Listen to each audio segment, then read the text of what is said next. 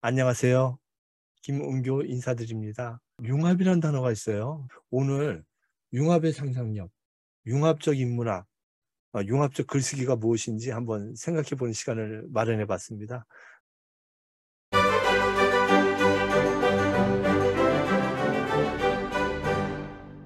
파우스트란 책 보면 앞부분에 이런 대사가 나와요.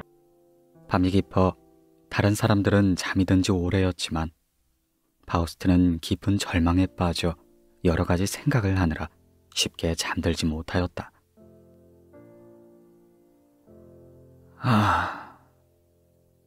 나는 철학, 법학, 의학, 게다가 신학까지 열심히 공부했지만 아직까지 이 꼴이니 참으로 바보 같구나.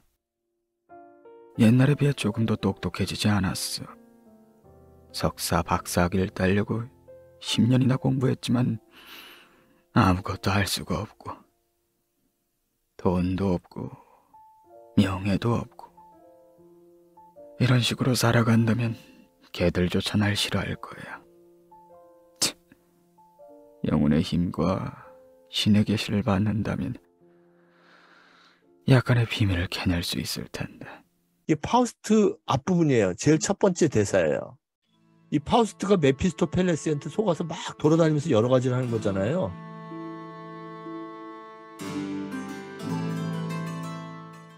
이제 나는 철학도 법학도 의학도 게다가 신학까지 열성을 다하여 속속들이 연구를 했다.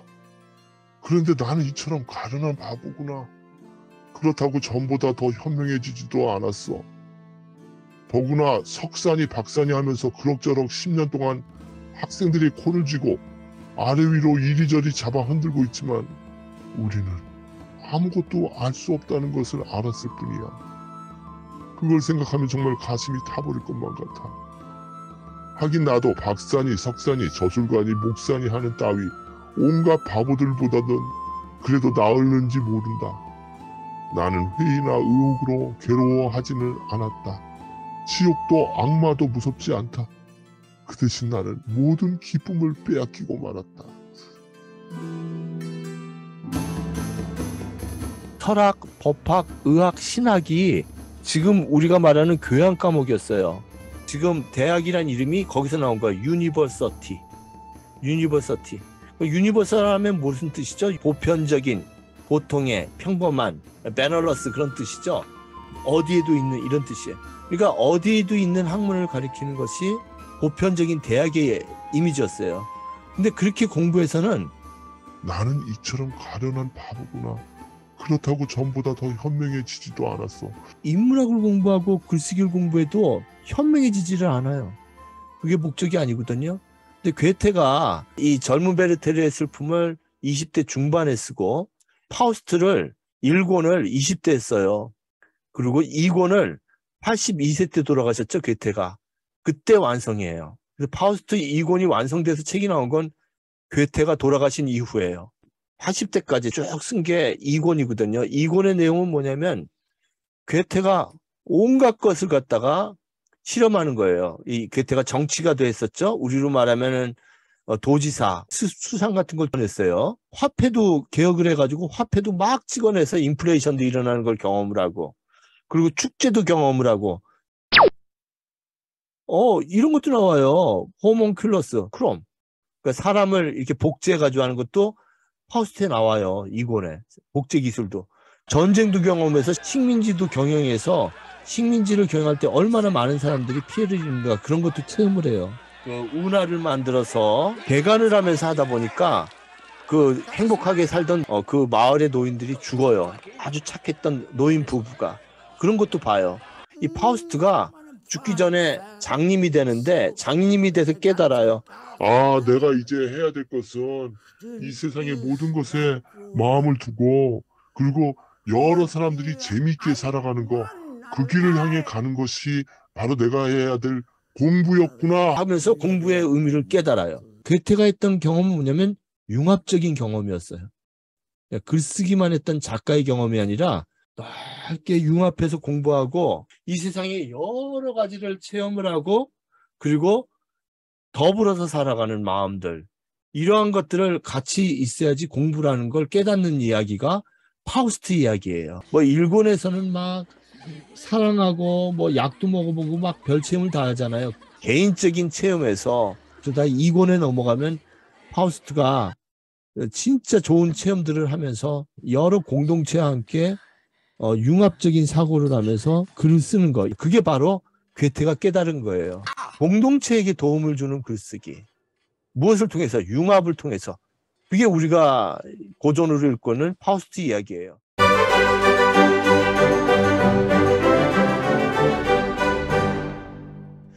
융합이라는 말이 무슨 뜻일까요? 융합적 상상력, 융합의 인문학, 융합의 글쓰기. 이게 무슨 뜻일까요?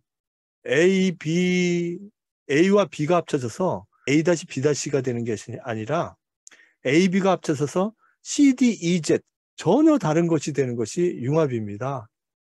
그래서 우리가 예를 들면 스키트에 봇이 있어요. 붙어가지고 지금 올라가고 있죠. 유리도 닦을 수가 있고 스키트봇은 뭐냐면 도마뱀처럼 벽을 기어오르는 로봇을 말하는 거죠. 그러니까 위험한데 스키트봇이 대신 올라가서 뭐 불이 나면 여기다가 카메라를 띄워가지고 위험한 지역에 들어가서 불난 화재도 조사할 수 있고 인질 사건 이런 거 있을 때도 카메라를 붙여가지고 이렇게 올릴 수도 있습니다. 예, 여러 가지로 활용할 수 있겠죠. 이것도 융합이죠. 전화기와 컴퓨터가 합쳐서 스마트폰이 나왔어요. 전혀 다른 거죠. 인공지능과 자동차가 합쳐져서 자율주행차라는 게 나왔어요. 융합의 의미는 이제 한자로는 무슨 뜻이냐면요. 이 불 위에 이게 아궁이에요. 아궁 위에 솥을 올려놓는 거예요. 아궁 위에 솥을 올려놓고 합한 거예요. 그러니까 솥에 삶아 있는 거, 이 한자로는요. 이게 융합이고, 그 다음에 에드워드 윌슨은 통솔이라는 단어를 썼어요. Consilience. Consilience. 통합, Consilience. 학문의 합일. Consilience. Consilience.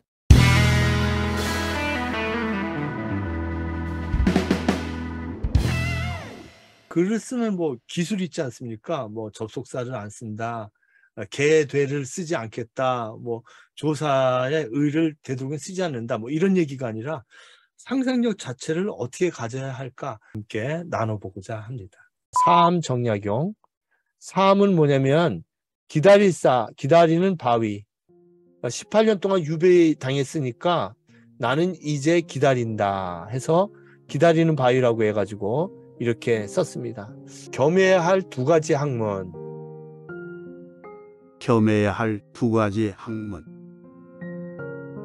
이 세상에 살면서 두 가지 학문을 겸해서 공부하지 않을 수 없으니 하나는 속학이요 하나는 아학입니다.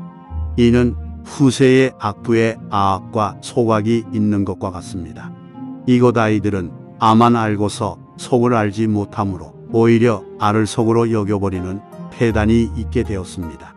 이것은 그들의 허물이라기보다는 시세가 그렇게 만들고 있다고 해야겠지요. 사암 정약용의 편지글에서. 그러니까 아학은 뭐냐면요, 뭐 사서상경 있죠, 노노맹자 이런 것만 연구하는 거예요. 그러니까 속학은 뭐냐면 세상에 있는 거 그냥 이거 연구해야 된다는 거죠. 학자들이, 유학자들이. 근데 유학자들 뭐 백날 뭐 연구해요? 노노가 어떻고 충성이 어떻고 그게 아니라는 거예요. 정다사는 속학하고 아학을 같이 해야 된다고 공부하는 것이. 속학은 세상의 학문이에요. 사암 정약용은 아학도 했죠. 노노집주라고 해가지고 노노를 해석한 책도 썼지만 정약용이 쓴 것이 다 그 세상의 이야기들이에요. 목민심서. 세상에 지금 이 아전들이 얼마나 행패를 부르는가. 그래서 그런 거 없애야 된다고. 그것은 이제 목민심서예요. 경세유표. 세상을 경영하려면 경세 어떻게 되는가. 정다산의 형 정약전은 뭘 썼어요? 호기심 많은 인간에게 낯선 곳만큼 좋은 것이 또 어디 있겠는가. 충격적이죠. 정약전은 자산오브라는 영화 있잖아요. 그 유교학자가 정약전이 흑산도에 가서 야 창대라는 그 젊은 어부한테 배워요. 저건 짱동원디 눈꺼님 갖고 이름을 붙이면 되겠지라. 철모고 어떠냐? 오징어하고 문어하고 가오리는 어떤 차이가 있니? 얘기해주라. 야, 내가 모르니까. 그리고 그걸 받아 적은 책이 자산 어보예요. 우리나라 최초의 물고기 책이에요. 그게 속학이에요.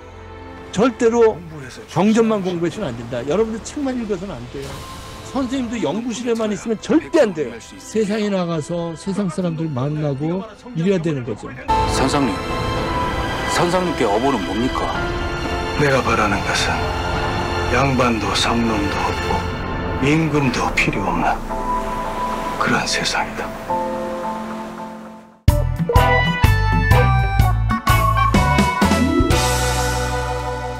4차 산업시대를 넘어서 이제 미래 융합 인문학이라고 해야죠. 미래에는 어떤 융합 인문학이 필요할까요, 지금? 지금 4차 산업혁명 시대라고 해요. 근데 이 시대가 바로 융합적 시대라고 우리가 볼 수가 있겠죠. 1차 산업시대는 연구에서 시작된 산업기계화 시대이고, 2차 산업혁명은 대량 생산 시대이고, 3차 산업시대는 인터넷이 이끈 컴퓨터 정보화 시대, 자동화 생산 시스템. 1차 산업혁명은 증기기관이었거든요. 1800년대. 근데 2차 산업혁명은 전기에너지, 3차 산업혁명은 IT 시스템이에요.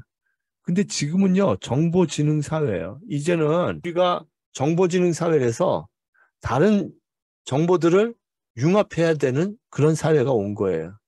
예전에 정근대 사회는 위계적이었어요. 위아래가 있고, 우리 양반이 있고, 카스트 제도가 있고, 이런 폐쇄적이고, 체제의 위협을 받고, 계급적 권위의 억압이고, 체제를 유지하고. 그러니까 그 당시 대학 그러면요, 한 4분의 3이 교수가 교양 과목 교수예요. 그래서 중세적 질서를 암기시킨 거예요. 이 중세적 질서. 그러니까 동양에서는 한문만 가르치고, 서양에서는 라틴어만 가르쳐주고, 귀족만 배우는 거죠. 우리 괴테 얘기했었죠. 괴테의 대학 시대는 유니버시티예요. 근데 근대 산업사회라면 전문성, 다이버션, 그러면 다양성 이렇게 되는 거죠. 다양한 전공들이 아주 분업화돼가지고 시전공자하고 소설전공자는 대화를 못해요. 아주 극분업화돼가지고 시전공자는 시만 공부해야 되고 아주 극분업화돼요. 경제전공자하고 경영전공자하고 대화가 안 돼요. 완전히 극분업화된 세계가 돼서 divided, 나누어진 그런 극분업화된 시대였거든요.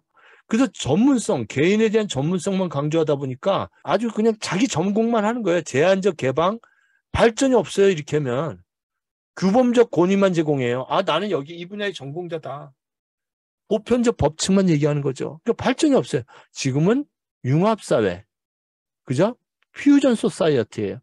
이제 대학을 뭐라 그러면 인터버시티라고 그래요. 인터버시티. INTER. 인터버시티. 인터는 뭐예요? 인터, 방하고 방 사이에 있는 폰. 전화를 인터 뭐라고 그러죠? 인터폰이요. 그치, 인터폰이라고 그러지. 그러니까 그때 인터는 방과 방을 연결시키는 걸 인터폰이라고 그러죠? 네. 나라와 나라를 연결시키는 그거를 뭐라고 그래요, 영어로? 나라와 나라를 그렇지, 인터내셔널. 그죠? 네. 국제연대 이런 뜻이에요. 인터내셔널. 그래서 지금의 대학교는 우리가 인터버시티라고 그러는 거예요. 인터버시티. 이제 인터버시티는 뭐냐면 융합사회라는 거예요. 융합대학. 그래서 수용적이고 개방적이고 발전 동력이고 다양한 수용. 그러면 융합사회의 지도자는 어떤 사람이에요? 융합의 리더십을 갖는 게 중요해요. 여러 가지 전문성을 기계적으로 혼합하는 것이 아니라 다양한 구성원들의 공동의 목표를 빨리 캐치하고 문제를 캐치하고 그리고 융합 프로젝트로 다양하게 여러 의견들을 습득해가지고 그것을 알릴 수 있는 지도자가 융합적 지도자예요. 대학의 세 가지 과정 뭐라고 그랬죠?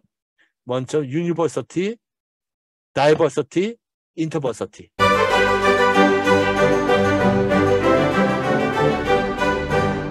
또 앞으로 글을 쓸 때 어떻게 써야 될지 글 쓴다는 거 그냥 이렇게 쓰면 되나요? 이렇게 글 쓸 때 제일 처음에 하는 건 문제의 발견이에요. 문제의 발견. 그래서 중요한 건 문제 제기예요. 문제 제기. 여기서 아이디어가 만들어지죠. 보고서나 논문뿐만이 아니라 소설도 그렇죠. 아까 괴테 얘기했지만 괴테는 그 사랑에 대한 문제를 생각하면서 젊은 베르테르의 슬픔을 썼겠죠. 사랑이란 무엇인가 그걸 쓰고 싶어요. 괴테가. 그러면은 이 얘기를 어떻게 쓰지? 융합한 거예요. 뭐냐면 자기 체험과 자기가 검사로 시골에 가서 경험했던 이야기, 롯데라는 시골 여자를 사랑했어요. 실제 롯데 집이 있어요. 그래서 그 롯데 집에 가서 식사도 하고 괴테가 사랑했는데 이루어지지 않았어요. 그래서 다시 돌아와요, 괴테가. 자료를 찾아요, 괴테가. 아, 이 젊은 베르테르의 슬픔을 어떻게 쓰지?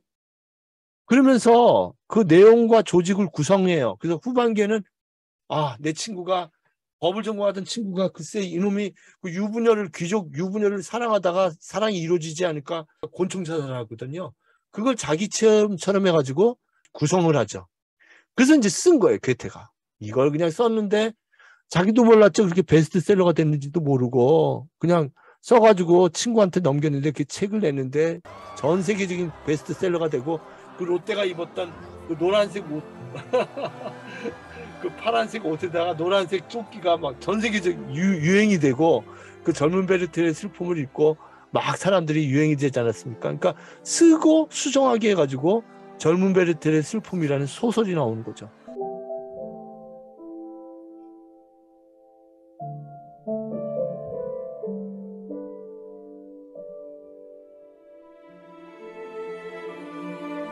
그러니까 문제 제기라고 자료를 찾고 구성하고 이것이 이 글쓰기의 과정이라고 볼 수가 있습니다. 윤동주는 이미 그것을 알고 있었어요. 윤동주 시에는 맹자도 나오고 정지용도 나오고 세계문학과 철학이라는 1학기 수업인데요. 이 다양한 것이 다 나온다고요. 기타라, 하쿠슈, 지금 숙대에서 하는 수업이에요. 뜨르게네프, 릴케, 최연배, 도스토옙스키, 폴 발레리, 성경, 또 빈센트 반고를 굉장히 좋아했죠. 이런 것들이 윤동주 세계에 다 나온다고요. 유발 하라리의 사피엔스. 자, 이런 책들도 융합의 결과로 나오는 책들이에요. 그죠? 이 사피엔스라는 책 보면 원숭이는 1억을 갖다 돈을 주면은 그걸 믿지 않잖아요.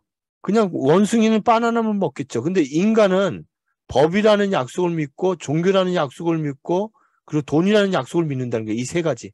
그것이 사피엔스라는 거예요. 그냥 간단하게 이 책의 얘기를 하면은.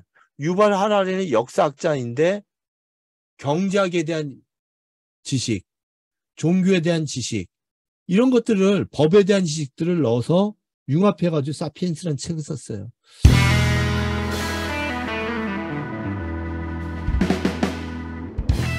이 융합적 글쓰기가 그냥 글쓰기로 끝나는 것이 아니라 세계 시민으로서 이 사회를 변화시키는 글쓰기를 해야 되는 거죠.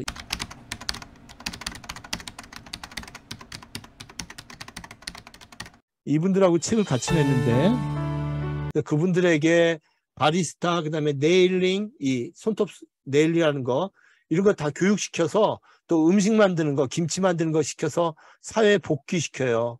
고등학교 때 실수해가지고 아기 낳아가지고 아기를 키우려고 했는데 남편이 늘 때리고 그래가지고 어리니까 남편도. 남편 없이 아기를 키우려다 보니까 돈을 벌 방법이 없잖아요. 그래서 술 따라주는 데 갔다가 그 다음에 완전히 거기로 들어가게 됐다. 그래서 여기서 구제받아가지고 지금 김치 공장에서 일하고 인문학 수업을 듣고 있다. 이런 친구들의 얘기가 여기 담겨 있어요. 한 면은 그림이고 한 면은 글쓰기예요. 요 동영상을 제가 동영상에서 올릴게요.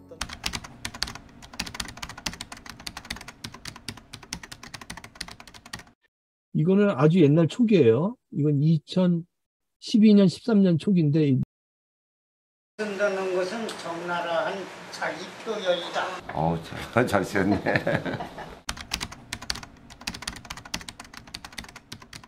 제가 얘기했던 게 배꼽을 보여줘야 돼요. 그리랑 쓰는 순간은 참 머리가 아픈데 그래도 밤에 잠도 못 자면서 아주 숙연한 태도에서 굉장히 제가 오히려 작아지는 듯한 느낌을 받았거든요.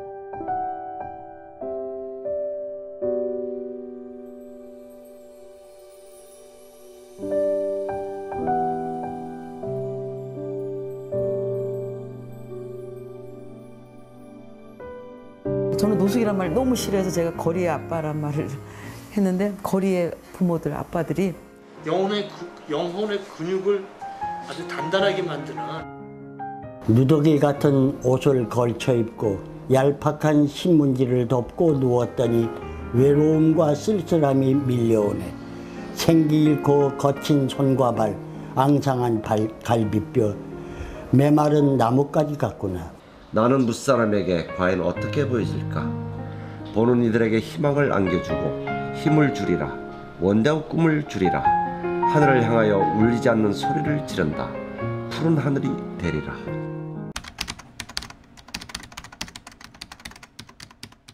이런 글쓰기, 단독자로서 내가 얼마나 소중한지 깨닫는 거죠. 모아서 이분 책도 냈어요. 꼬마방이라는 글인데 이렇게 글을 쓰세요. 책이 나왔죠.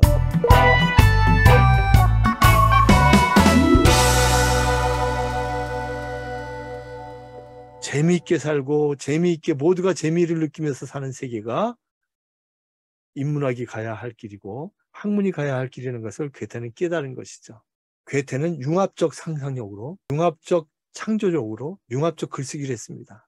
나의 상상력으로 창조적으로 글을 쓰고 괴테의 파우스트처럼 이 세상에 공헌할 수 있고 우리의 글쓰기가 그런 글쓰기가 되면 좋겠습니다. 긴 생각을 들어주셔서 고맙습니다.